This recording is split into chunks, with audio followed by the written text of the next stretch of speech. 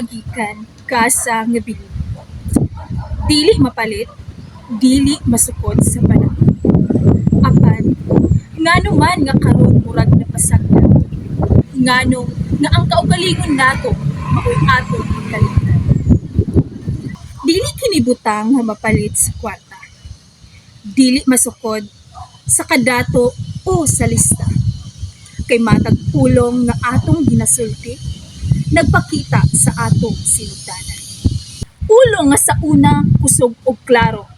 Karon, hinay na, murag nawala sa entablado.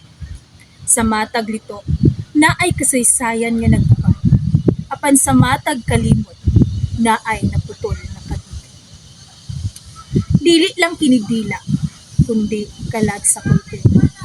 Salamin sa atong kinabuhi na tinuod o pura. Sa matag pulo ngayano na ay kahulugan nga lawak. Nagkupot sa atong identidad na dili dapat malunas. Sa sugilanon, sa awit ug sa pulong ngayano, didto natukod ang atong tinuod nga pagkatawo. Kaalam sa kinaiyahan, respeto sa yuta.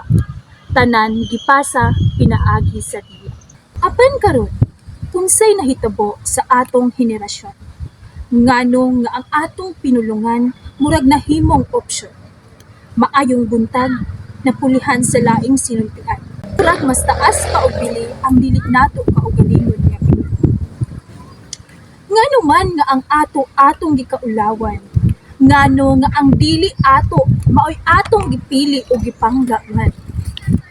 Kung mawala ang dila sa kagikan, unsa na lang ang mahabili? Pulong nga walay ugat o kultura nga walay lalim? Kinsa pa'y musulti sa istoryang puno sa kahayan kung ang atong tingog mismo o atong gipahilom o giwagtang? Murag kahoy nga walay gamot sa yuta. Walay baruganan, walay kusog, dali ra mapukan sa kusog nga unos.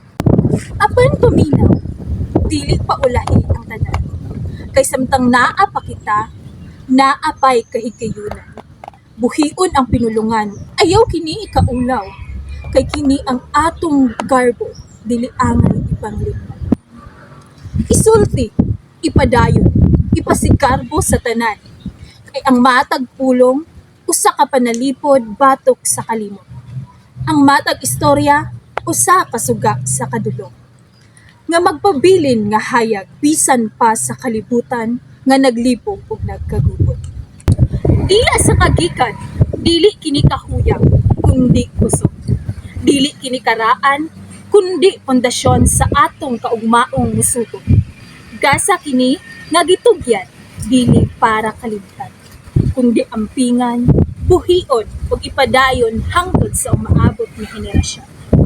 Kini ang koneksyon sa kagahapon ug karon ug magdala sa atong tinuod nga identidad ngadto sa umaabot nga panahon. Usa pangutan-a ang imong kaugalingon karon. Kung dili ikaw ang musulti, kinsa man? Kung dili karon, kanus-a pa man. Kung ikaw ang malimot, kinsa pay mubarog alang sa kagikan? Kay ang dila sa kagikan, gasa nga dili angay kalimtan, kundi tipikan, ipadayon, o buhion hangtod sa katapusan o sa sunod pang mga henerasyon.